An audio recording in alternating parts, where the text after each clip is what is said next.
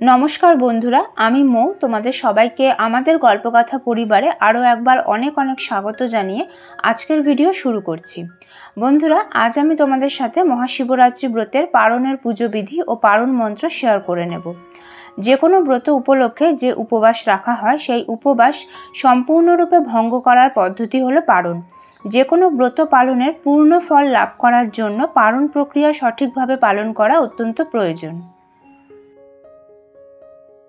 মহাশিবরাত্রি ব্রতের পারণ সাধারণত শিবরাত্রির 4 প্রহরের পুজোর সময়কাল অতিক্রান্ত হয়ে যাওয়ার পরে সম্পন্ন করা হয়।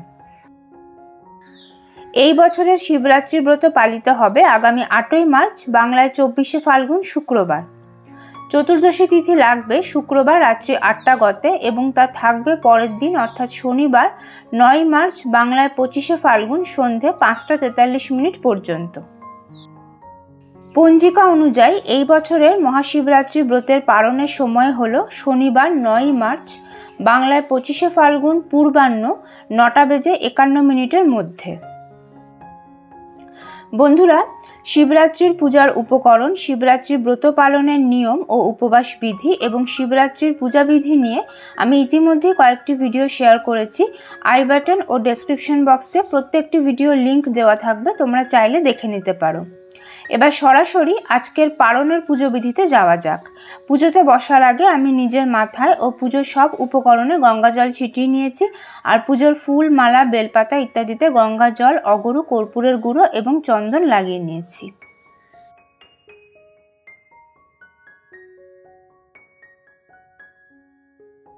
পুজোতে বসে প্রথমেই হাতে গঙ্গা জল নিয়ে আমি আচমন করে নিচ্ছি। নম বিষ্ণু, নম বিষ্ণু, নম বিষ্ণু। পরিষ্কার জলে হাত ধুয়ে নিয়ে হাত জোড় করে আমি বিষ্ণু স্মরণ করে নিচ্ছি। ওং অপবিত্র পবিত্র বা সর্বাবস্থাঙ্গত পিবা যশ্বরেত পুণ্ডরিকাক্ষং সবাহ্য অভ্যন্তর সূচি নমসূচি নমসূচি নমসূচি। পারণের পুজো শুরু করার আগে আমি শিব ঠাকুরের উদ্দেশ্যে একটা ঘিয়ের প্রদীপ ধরিয়ে নিচ্ছি। প্রদীপে আমি কর্পূরের গুঁড়ো এবং সামান্য জাফরান দিয়ে রেখেছি। আমি 3টি ধূপকাঠিও ধরিয়ে নিলাম, তোমরা একটি ধূপকাঠিও ধরাতে পারো।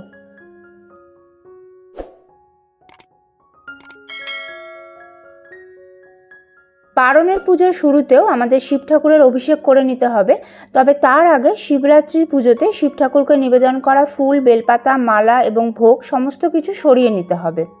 শিবলিঙ্গের অভিষেক করানোর জন্য একটি অভিষেক পাত্রে আমি শিবলিঙ্গ, নন্দী মহারাজ, মহাদেবের ত্রিশূল এবং বাসুকী নাগ রেখেছি, আর শ্বেতচন্দন সহযোগে একটা বেলপাতাও রেখেছি। মনে মনে ওং নমঃ শিবায় মন্ত্র জপ করতে করতে আমি ভস্ম দিয়ে শিব ঠাকুরের অভিষেক করে নিচ্ছি। ভস্মের অভাবে শ্বেতচন্দনের গুঁড়ো দিয়ে অভিষেক করা যায়, দুটোই তোমরা দশকর্মার দোকানে পেয়ে যাবে। দেখো বন্ধুরা, আমি শিবলিঙ্গ, নন্দী মহারাজ, মহাদেবের ত্রিশূল এবং বাসুকী নাগে ভস্ম লেপন করে নিচ্ছি। ভস্ম লেপন করার পর আমি সবকিছু পরিষ্কার জল দিয়ে ধুয়ে নিচ্ছি।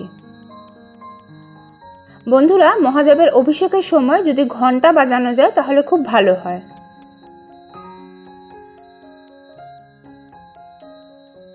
এবার আমি গঙ্গা জল দিয়ে শিব ঠাকুরের অভিষেক করব। একটি পাত্রে আমি কিছুটা গঙ্গা জল নিয়ে নিয়েছি। এর মধ্যে আমি সামান্য কর্পূরের গুঁড়ো এবং কিছুটা কালো তিল মিশিয়ে দেব। বন্ধুরা, আমরা পারণের পুজোটা শনিবার করব এবং শনিবার দিন কালো তিল মিশ্রিত গঙ্গা জল দিয়ে শিবলিঙ্গের অভিষেক করা অত্যন্ত শুভ বলে মনে করা হয়। গঙ্গা জল দিয়ে শিব ঠাকুরের অভিষেক করানোর সময় আমরা মনে মনে ওং নমঃ শিবায় পঞ্চাক্ষরীয় মন্ত্র বা শিব ঠাকুরের স্নান মন্ত্র জপ করে নিতে পারি।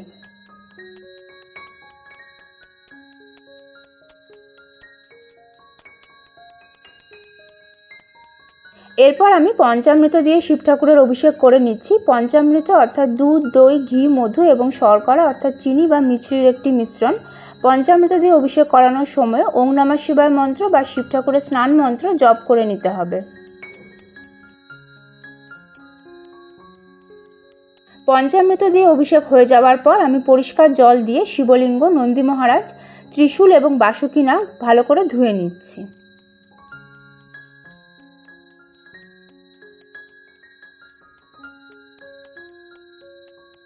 সমগ্র অভিষেক প্রক্রিয়া সম্পূর্ণ হয়ে যাওয়ার পর আমি শিবলিঙ্গ, নন্দী মহারাজ, মহাদেবের বাসুকিনাগ এবং ত্রিশূল সব কিছু খুব ভালোভাবে পরিষ্কার জল দিয়ে ধুয়ে নিয়ে শুকনো কাপড় দিয়ে মুছে পাথর বাটিতে বসিয়ে নিয়েছি। শিবলিঙ্গের পাশে মাটির কলকেটাও আমি গঙ্গা জল দিয়ে ধুয়ে নিয়েছি। আর শিবরাত্রির পুজোয় যে দক্ষিণা আমি নিবেদন করেছিলাম সেটাও আমি পাথর বাটিতে রেখেছি। শিবরাত্রির পুজোর সময় শিব ঠাকুরকে যে পৈতেটা নিবেদন করা হয়েছিল সেটাই আমি আবার শিবলিঙ্গে নিবেদন করে দিলাম। এরপর আমি শিব ঠাকুর, নন্দী মহারাজ, বাসুকিনাগ, ত্রিশূল, ডমরু এবং মাটির কলকেতে শ্বেত চন্দনের তিলক লাগিয়ে নিচ্ছি। বন্ধুরা, কিছুদিন আগে আমি শিবরাত্রি সম্পর্কিত যে ভিডিওগুলি পোস্ট করেছি সেখানে তোমরা অনেকেই আমাকে অনেকগুলি প্রশ্ন করেছো। তোমাদের কাছে আমার বিনীত অনুরোধ যে শিবরাত্রি নিয়ে রিসেন্টলি যে ভিডিওগুলি পোস্ট করা হয়েছে সেগুলি তোমরা স্কিপ না করে প্লিজ পুরোটা ভালোভাবে দেখো আর শোনো। দেখবে তোমাদের বেশিরভাগ প্রশ্নের উত্তরই তোমরা ভিডিওতে পেয়ে যাবে।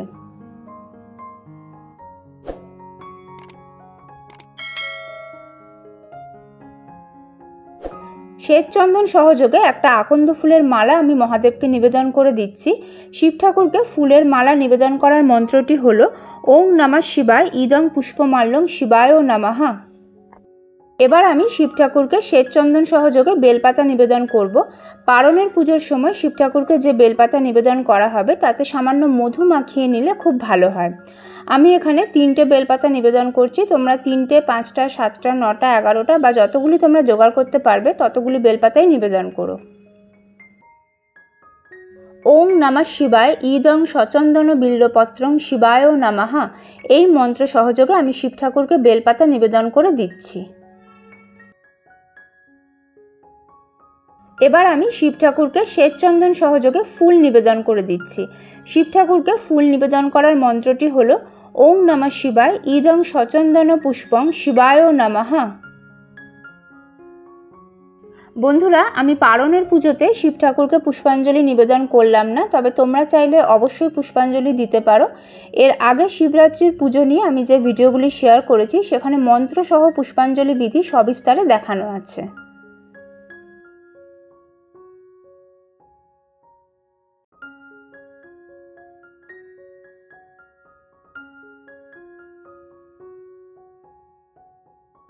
মহাদেবকে আমি ধুতরা ফল নিবেদন করে দিচ্ছি।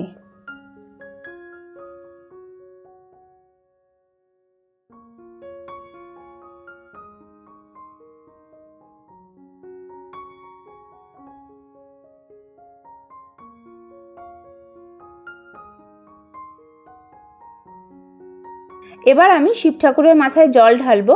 একটি পাত্রে আমি কিছুটা গঙ্গা জল নিয়ে নিয়েছি। এর মধ্যে প্রথমেই দিয়ে দেব কিছুটা শ্বেত চন্দন, এরপর দিয়ে দেব সামান্য অগরু, এরপর আমি কিছুটা গোলাপ জল মিশিয়ে নেব। তোমরা চাইলে গোলাপ ফুলের পাপড়িও দিতে পারো। আর সবশেষে এতে আমি সামান্য কর্পূরের গুঁড়ো মিশিয়ে নিচ্ছি।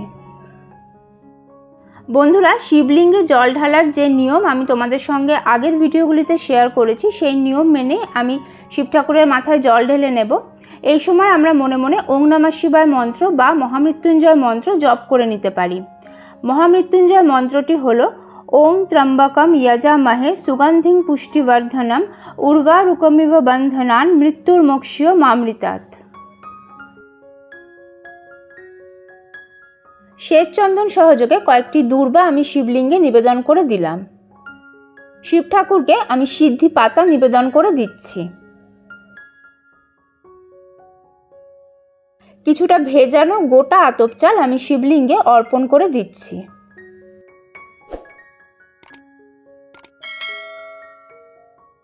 ভেজানো গোটা জব আমি শিব ঠাকুরকে নিবেদন করে দিলাম।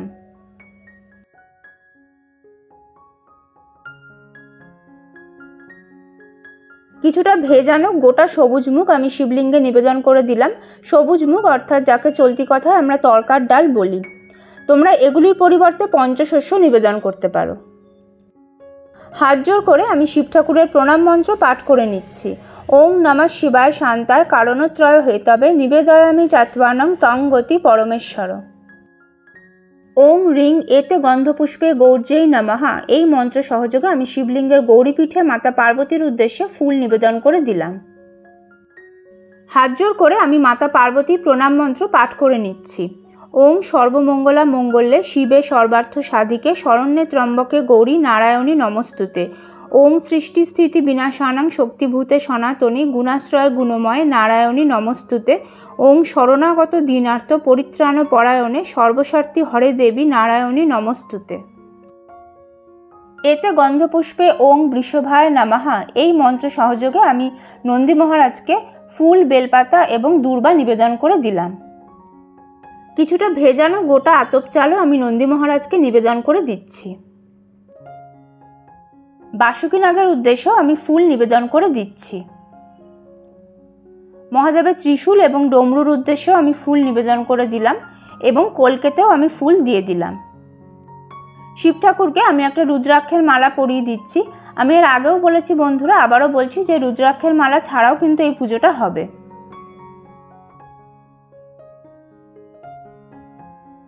এরপর হাত জোর করে 3 বার পারণ মন্ত্র পাঠ করতে হবে। শিবরাত্রি ব্রতের পারণ মন্ত্রটি হল ওং সংসার ক্লেশ দগ্ধস্য ব্রতে নানেন শঙ্কর প্রসিদ সুমুখ নাথ জ্ঞান দৃষ্টি প্রদ ভব। ওং সংসার ক্লেশ দগ্ধস্য ব্রতে নানেন শঙ্কর প্রসিদ সুমুখ নাথ জ্ঞান দৃষ্টি প্রদ ভব। ওং সংসার ক্লেশ দগ্ধস্য ব্রতে নানেন শঙ্কর প্রসিদ সুমুখ নাথ জ্ঞান দৃষ্টি প্রদ ভব। বন্ধুরা, এই পারণ মন্ত্রটা পাঠ করতে যদি তোমাদের অসুবিধা হয় সেক্ষেত্রে তোমরা হাত জোর করে মহাদেবের উদ্দেশ্যে প্রণাম জানিয়ে মনে মনে বলবে, হে দেবাদিদেব মহাদেব, আমি আপনার মহাশিবরাত্রি ব্রত পালন করেছি, এবার আপনি আমাকে পারণ প্রক্রিয়া সম্পন্ন করার অনুমতি প্রদান করুন। ফুল এবং বেলপাতা সহযোগে আমি শিব ঠাকুরকে মিষ্টান্ন ভোগ নিবেদন করে দিচ্ছি। পারণের পুজোর সময় অন্যান্য ভোগের সাথে শিব ঠাকুরকে অন্ন বা পরমান্ন অর্থাৎ পায়েসের ভোগ নিবেদন করতে হবে। বেল সহ 5 রকমের গোটা ফল আমি ফুল ও বেলপাতা সহযোগে নিবেদন করে দিচ্ছি। পুজোর পর এই গোটা ফলগুলি প্রসাদ রূপে তোমরা সপরিবারে গ্রহণ করবে। আমি পানীয় জল নিবেদন করে দিচ্ছি। বন্ধুরা, পারণের পুজো শেষ হয়ে যাওয়ার পর কোনো ব্রাহ্মণকে অন্ন ভোজন করাতে হবে। সম্ভব না হলে কোনো দুস্থ ব্যক্তিকেও তোমরা অন্ন ভোজন করাতে পারো। আর যদি একান্তই অন্ন ভোজন সম্ভব না হয় সেক্ষেত্রে কোনো ব্রাহ্মণ বা কোনো দুস্থ মানুষকে তোমরা চাল, তেল, কাঁচা সবজি, মশলা ইত্যাদি দান করতে পারো এবং সঙ্গে তোমাদের সামর্থ্য মতো সামান্য কিছু দক্ষিণাও দান করতে হবে। এরপর পারণের পুজোর সময় মহাদেবকে যে অন্ন বা পরমান্ন ভোগ নিবেদন করা হয়েছে তা প্রসাদ রূপে গ্রহণ করে সম্পূর্ণভাবে উপবাস ভাঙতে হবে। তবে পারণের দিন নিয়ম অনুযায়ী একবেলা আহার করতে হয় ও সেটাও নিরামিষ আহার করতে হয়। এবার আমি শিব ঠাকুরকে আরতি করে নেব। আমি ধূপকাঠি, ঘিয়ের প্রদীপ, পঞ্চপ্রদীপ, কর্পূর এবং সুগন্ধি ধুনো দিয়ে শিব ঠাকুরকে আরতি করব। আরতির সময় ঘণ্টাবাদ্য সহযোগে আরতি করতে পারলে সবথেকে ভালো হয়। আর আমি আগেই বলেছি বন্ধুরা, অভিষেকের সময় যদি তোমরা ঘণ্টাবাদ্য সহযোগে মহাদেবের অভিষেক করো তাহলে খুব ভালো হয়। আর আরতি হয়ে যাওয়ার পর শাঁখও বাজানো যায়, কারণ শিব পুজোতে শঙ্খ দিয়ে অভিষেক করা নিষিদ্ধ, কিন্তু বাদ্যরূপে শঙ্খ নিষিদ্ধ নয়।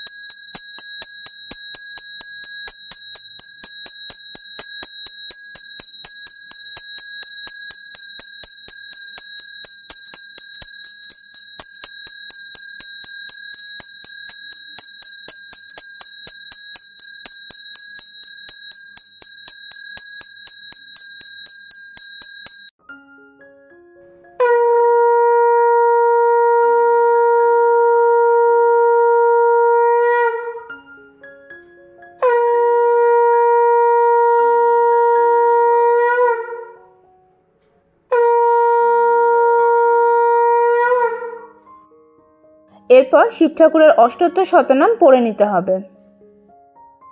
পুজোর শেষে মহাদেবের উদ্দেশ্যে প্রণাম জানিয়ে আমি নিজের মনস্কামনা নিবেদন করছি এবং পুজোয় কোনো ভুল ত্রুটি হয়ে থাকলে তার জন্য ক্ষমা প্রার্থনা করে নিচ্ছি। জয় শিব শম্ভু, জয় শিব শম্ভু, জয় শিব শম্ভু।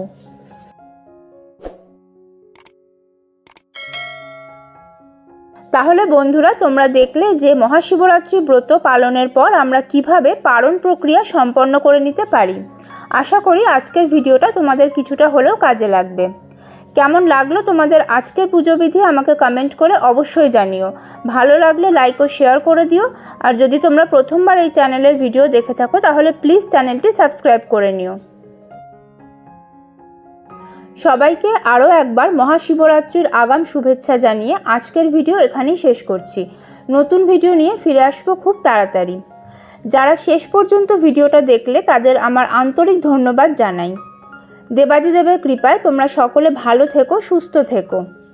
জয় শিব শম্ভু, হর হর মহাদেব।